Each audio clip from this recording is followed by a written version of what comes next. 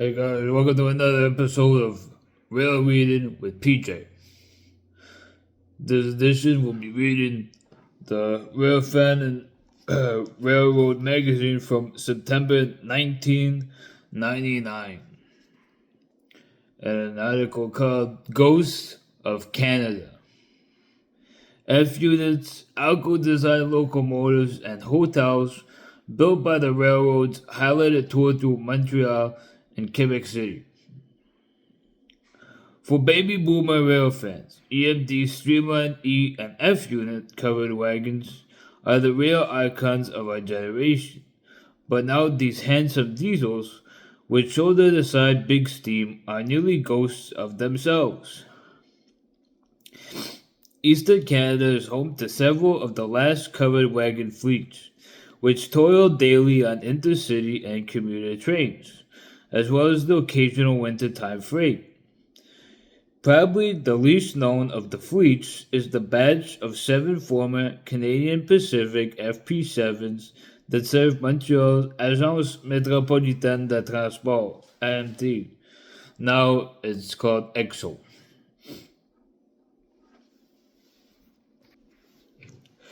Painted in a stark silver and blue scheme, they roll like ghostly apparitions through the mist of the St. Lawrence River Valley. They are the ghost trains of Montreal. A visit to Canada. Recently, my wife and I took the train on a circle trip between Chicago and French Canada to see the F units and some of Canada's other railway landmarks. Our trip would start out on the joint service operated by Amtrak and Via Rail between Chicago and Toronto, the International, which rosters a Via F40 and an Amtrak Superliner consist. Our train had 3 coaches and 2 diners, with the rear diner cordoned off at the waiter's station into a makeshift snack bar. The forward diner, the crew said, was routinely assigned as the overflow coach. Full dining car service was needed on the 12-hour, 501-mile run. The otherwise unremarkable route boasts 2 famous railway sites, the Great Turreted Durand, Michigan Depot and Museum, where the Grand Trunk Western crossed the Ann Arbor, and the new St. Clair Tunnel between Port Huron, Michigan and Sarnia, Ontario. There was time at Sarnia while the vehicle joined us to look at the trackside tunnel exhibit. The first tunnel, built in 1891, was a pioneer in soft soil tunneling.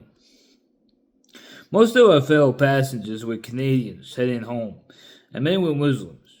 The considered crew announced the evening prayer hour, and the aisles filled with the faithful on their knees in devotion. Arriving in Toronto on time, we spent the night at the adjacent Canadian Pacific Royal York Hotel. We planned to ride via to Niagara Falls the next day, but the Royal York invited us to the annual grape harvest at Chateau des Champs in the Niagara wine country. When royalty invites, you go, so we drove to the vineyards and on to the falls. Niagara Falls was one of the great honeymoon destinations of the railway age. It's still a fantastic natural jewel that must be seen, but its setting is marred by high-rise hotels and casinos. LRCs to Montreal. Next morning, it was on to Montreal. We rode Via's 150 km/h corridor service east on a Bombardier-built LRC, light, rapid, comfortable tilt train. The LRCs don't look their 17 years, but their unique Alco-inspired locomotives are becoming an endangered species. Our Via 1 Premier Coach was packed with business and professional types, while standard class was only half full. Via has learned that first class is the new growth market, and our complimentary meals were as good as onshore cooking can be, with unusual entrees like pheasant and lobster ravioli. Canadian railways are an intriguing mix of old and new. We passed the Stag train with a Hudson Bay Company container bearing its heraldic seal and founded in the year 1671. No doubt it was full of beaver pelts. We rode into Montreal's Gare Centrale, a block-long underground station built by Canadian National Railways in 1943 and used today by Via, Amtrak, and AMT AMT's electric suburban trains. Directly above us was the huge concourse featuring the Alco-designed, a melange of French-Canadian bakeries, cafes, and delis. Occupying the air rights above the station is the Queen Elizabeth Hotel. The Queen E is a modern hotel built by CNR in 1958 and now fully owned by Canadian Pacific. While it's tastefully decorated, it's no royal yacht. What it lacks in ambience, though, it easily makes up in convenience. The station is only an elevator ride away, and you're in the heart of one of Canada's most exciting cities. Just a short walk away is Windsor Station, a French chateau and the former headquarters of Canadian Pacific, the world's greatest transportation system. However, CPS has fled west to Calgary, leaving the castle to subsidiaries St. Lawrence and Hudson Railroad. Hovering above the old train sheds like a giant UFO is the new Molson Stadium. The former concourse is an empty space save for the memories of famous trains. Across the concourse and down the long corridor is AMT's Québec Gare, home of the ghost trains of Montreal. Ghost Train Fs. Until their demise in 1995, CN's World War I era box cab electrics drew most rail fans to Montreal. Meanwhile, the F units assigned to this ex-CPR commuter service have soldiered on in relative obscurity along AMT's Rigaud-Dorion line. Most trains on this route rate an F, although an ex-CN low-nose GP9 is also in service, along with occasionally leased via F40s. Trains operate between 6:06 a.m. and 11:38 p.m. daily, with reduced service on weekends. Only one round trip during the week goes the full 64 kilometers to Rigaud. They don't go to Rigaud anymore, since the traffic was low, and they were gonna put higher prices, I think, on licenses and stuff for like cars. So they said fuck it, and yeah, that's the sad demise of the railroad. And Rigaud. There's still a nice station there. It's pretty nice. I actually did a video about it on my channel, so if you want to go check that out, you can. All the trains terminate at Dorion. The Fs and Jeep are mated with XCN head-end power cars and coupled to the east end of the single-level push-pull trains. While there is plenty of opportunity to shoot the silver Fs during arrival and layover at Gare-Windsor is New Saint-Didier station now. It's actually really nice. There's nice sculptures and stuff inside. Super nice. One of my favorite stations, even though it's only used by commuter trains. Pretty nice. And it's getting an overhaul, like a big rental right now. Should be opening back up next year sometime. So, will that happen? Like most things in Quebec, it's gonna go over budget and over the expected timeline. So that's what I'm thinking. Over budget and over the timeline projected time that it was expected to open. That's what I'm thinking. I might be wrong, but like most things here in Quebec, yeah, it doesn't always go that way. Anyway, back to the article. A wide lens is useful since the unit's nose right up to the glass concourse layout is the first station out of Montreal is Vendôme, the site of CPR's former Glen Coach Yard and currently AMT's F Unit maintenance facility operated by STL and H. All Rigaud-Dorion trains lay over here each evening until the morning rush. Many of the old buildings are derelict, but veterans like John Frost and Tony Monado still reminisce about busier days when the Canadian, the Atlantic, and RDC is called the Glen home. called the Glen Home. They told me that the F unit's tenure is coming to an end, as AMT is considering a replacement fleet of rebuilt GP40s, or possibly brand new motive power, which could serve as well into the next century. A decision on the F replacements is imminent.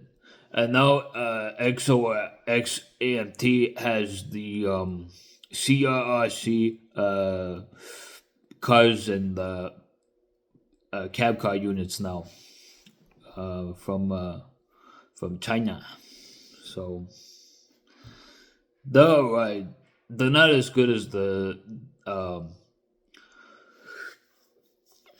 the old bi-level cab cars and coaches like built in Thunder Bay like back in 2003, 2004. Those are the best ones. The best. The best of the best. Same ones used on Go Transit. Anyway, back to this. The next morning, I rode an early train to Montreal West. It's picturesque and a busy place during the rush. The station is good photo location with sharp curves at the west end and good morning light. After a morning of shooting, including a couple meets, I drove north with my wife to the namesake of the classic D&H train, the Laurentian Mountains, which were carpeted in red and gold autumn leaves. That evening, we had dinner with Via's public relations guru, Malcolm Andrews. Malcolm talked about the success of Via's corridor service and speculated about its future. Right now, the problem is there are not enough trains to meet demand.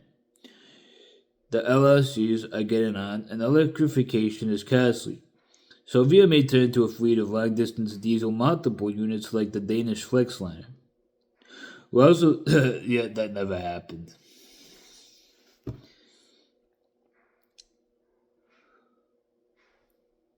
The Flexliner. Uh, Let me check something out, guys. Okay, actually, little correction that I just watched the video. I do remember seeing a picture of those Danish, um, how are they called? Fucking, uh, Danish Flexliners. Actually, yes, I did see a post on Facebook on Via's, um, what is it called? Historical Society, or whatever it is. And there actually is Danish Flexliners. They were in service, I think, back in like the 90s or something. Yeah, they shouldn't. Yeah, I saw something about that. Actually, even Amtrak had them. They're pretty cool. Okay, back to we also discussed the many merits of rewriting the Amtrak Via International through the big Detroit market on an overnight sleeper schedule. Heading to Quebec. Our last free day in Canada was spent on a Via trip to the historic provincial capital of Quebec City. Nice place. And more of Canada's railway landmarks. I figured I had already seen the last of the ghost trains when a Via FP9 roared past with a corridor train, pinch hitting for a toasted LRC unit. Until 1997, Via's covered wagons were out to pasture, working for other carriers or in museums. However, 7Fs have since been HEP'd, head-end powered, and usually work the Montreal Sentai Abitibi. Check my video out on that one too. We took Via's CNR route east toward the Atlantic provinces. At West Junction near Joff, we turned north, crossing the 987-meter Quebec Bridge, which I cross my fingers it doesn't fall down in a million pieces, and I pray to God every freaking time I go on that bridge. It's in so bad a state. It's so bad. It's all rusted. Multiple inspections on it have said it's finished.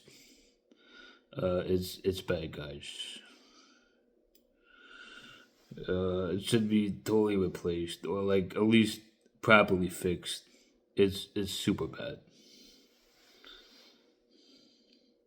I'd say it's one of the worst bridges in all of Quebec in terms of state of wear, decay, all that. It's totally unsafe. Like I said, I cross my fingers it doesn't collapse, and I pray like every time I go on that bridge. It's sketch as hell. This is the world's largest single cantilever span, a cousin of the giant multi-span Firth of Forth Bridge in Scotland. The building of the Quebec Bridge is a Canadian railway legend that twice ended in catastrophe, and I guarantee you, if they don't fix it, it's gonna get into another catastrophe. So I hope they fix it, but I don't know. The first attempt in 1907 saw the collapse of a bridge tower that killed 75 ironworkers. During the second try in 1916, the center span plunged into the St. Lawrence, killing 10 more. Finally, CNR opened the bridge in 1917. That's crazy. Right? Fell a whole bunch of times and opened 1 year before World War One ended in 1917, and the war ended in 1918. That's interesting, actually. Its stained glass ceiling depicts CPR's. Oh wait, shit, no, not. Forget that. Scratch that. Our trade arrived in another chateau-style masterpiece, Gare du Palais. Super beautiful place. It's mind blowing every time I enter that station. Beautiful, beautiful station. It's one of the jewels, I think, of Canadian stations, actually. Really beautiful station. Built by CPR in 1917. Huh. The same year the Quebec Bridge opened. Wow, that's interesting. Its stained glass ceiling depicts CPR's transcontinental route across Canada only backwards. From the old station, it's only a short walk to Old Quebec. We joined up with Charles Adler of Little Adler for a delightfully offbeat tour through this most sacred of French Canadian cities. We wound our way up through narrow 17th century streets, past tourist boutiques to the summit of Cap Diamant, and the symbol of the city, Canadian Pacific's Chateau Frontenac. Beautiful building. I've never been inside that building, but apparently it's super, super, super nice. And be ready to pay shit ton of money to go there. It's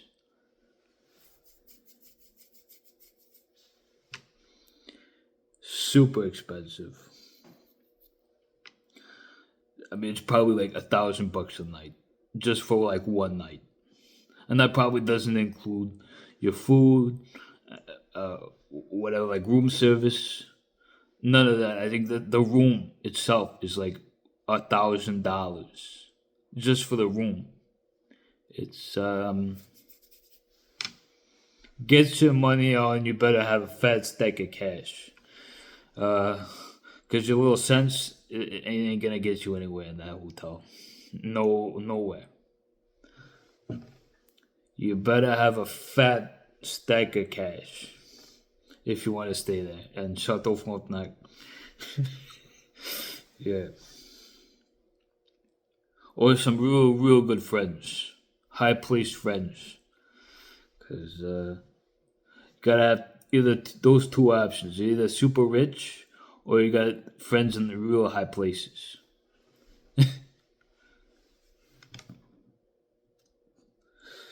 Or you get an invitation.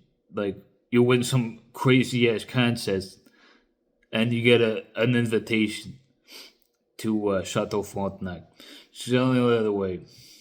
Uh, Ordinary Joe Schmo doesn't stay at that hotel. It's not Motel 6, I can tell you that.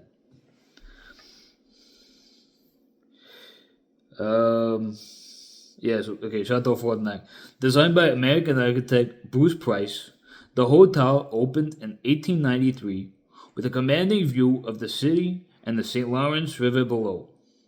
The flamboyant castle has countless gables and turrets in which to lose oneself. Yeah, beautiful, beautiful building. It's phenomenal, phenomenal. But like I said, get your cash out. And ain't anybody who stays at that place, I can tell you that. We visited Bazar des Trains, a very funky train shop that specializes in obsolete HO trains, just across the plaza from the depot. I never heard of that place. What the hell? I gotta write this place down. I never heard of this place. But you gotta remember, this was in September 1999. So, this is like 25 years ago. So, let me write that down. Bazar des Trains.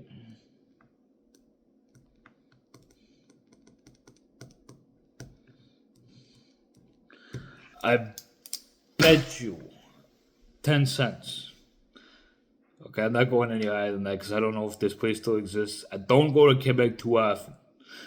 But I'll have to definitely look that up on the internet. Bazar des Trains. Interesting. Okay. Never heard of that place. I don't think it still exists. If it does, I will guys at 10 cents. Back in the USA, the next day we headed home for another fuck's sakes. Back in the USA. Back in the USA. That's it. The next day, we headed home from Montreal on Amtrak's version of another D&H classic, the Adirondack. It featured Adirondack Lounge. It's decorated with D&H memorabilia and original artwork inspired by the Hudson Valley and Lake Champlain. For much of the 200 miles between Rush Point, New York and Albany, Rensselaer, we traced a roller coaster route through the highlands and shoreline of the lake. It's justly known as the Northeast's finest train ride, but the road demands one of Amtrak's mothballed domes to make it really marketable product. I actually went that route all the way to Albany. Super nice. It's wow. The mountains or whatever, like the lower, I think it's the Laurentians, the Adirondacks. Wow, breathtaking with the snow on them. Oh, the snow with the pine trees all around. You drive that, it's kind of like this on the interstate. Serpentines, beautiful. Yep. Oh yeah, I really enjoyed that part of my trip down there. That was really nice. Definitely recommend that stretch of road. The interstate down there, I-87. Yeah, beautiful. Or you could take the back roads too. It takes longer, but I bet that's still pretty cool too. I just know I stayed on the interstate. Because I didn't have too much time to spend hours and hours and hours on these little back roads and stuff, right? So maybe another time I'll do that. That was nice. Except for the fact that I missed the shift at work because I didn't realize I had to work a day. But that's another story for another time.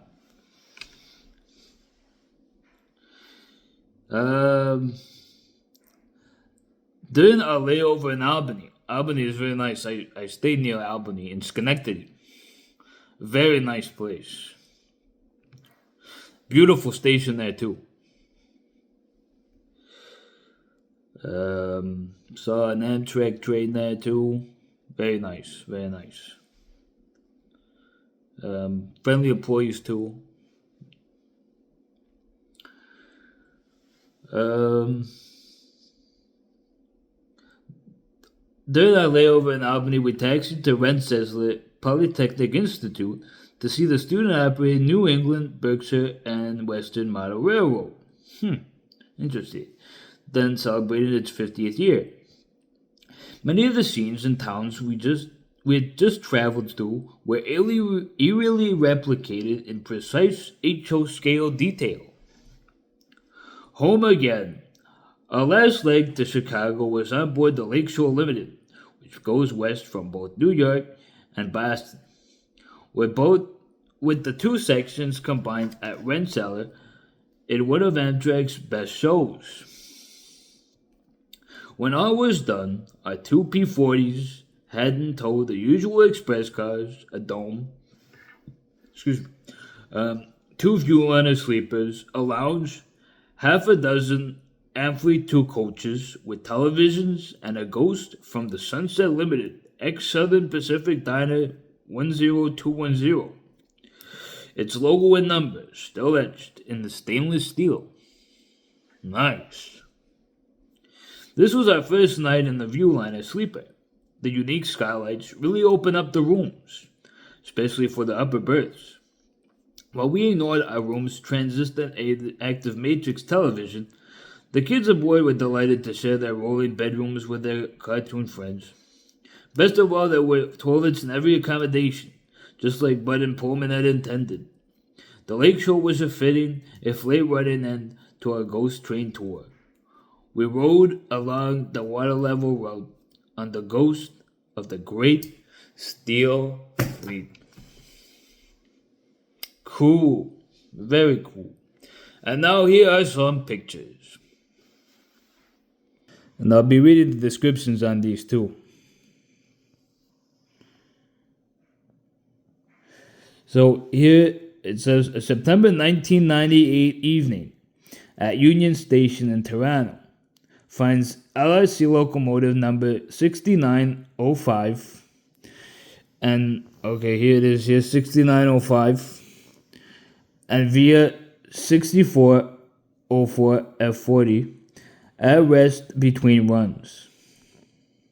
This one says, with only 7 left on the roster, the Alco-inspired Bombardier-built LRC power units are approaching ghost train status themselves.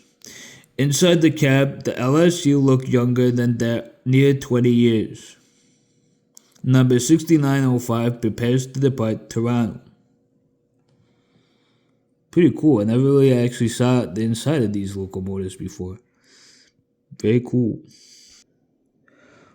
And this one says, for now, former Canadian Pacific FP7s continue to hold down commuter runs on Montreal's Rigaud line. Number 1305 is Montreal West in September 1997.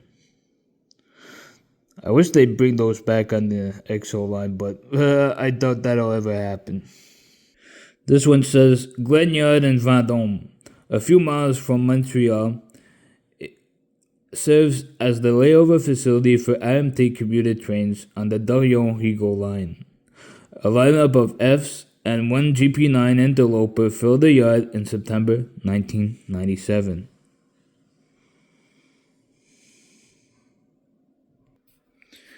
This says, a decision on replacing the cab units is expected soon. CPR has contributed to the charm of Quebec City with several elegant landmarks, including the Chateau Frontenac Hotel. Yeah, pretty nice. And this is Gauge Palais. This is the main train station in Quebec City. It's pretty much right in downtown, near the old Quebec. Very nice, very nice. And here's an Amtrak ghost train. One of its dwindling number of F40s makes an appearance on the New York-Montreal Adirondack at West Point, New York. in September 1997. Cool Depot. And that was the article for today on Railroad Reading with PJ. Hope you enjoyed it, and I'll see you next time.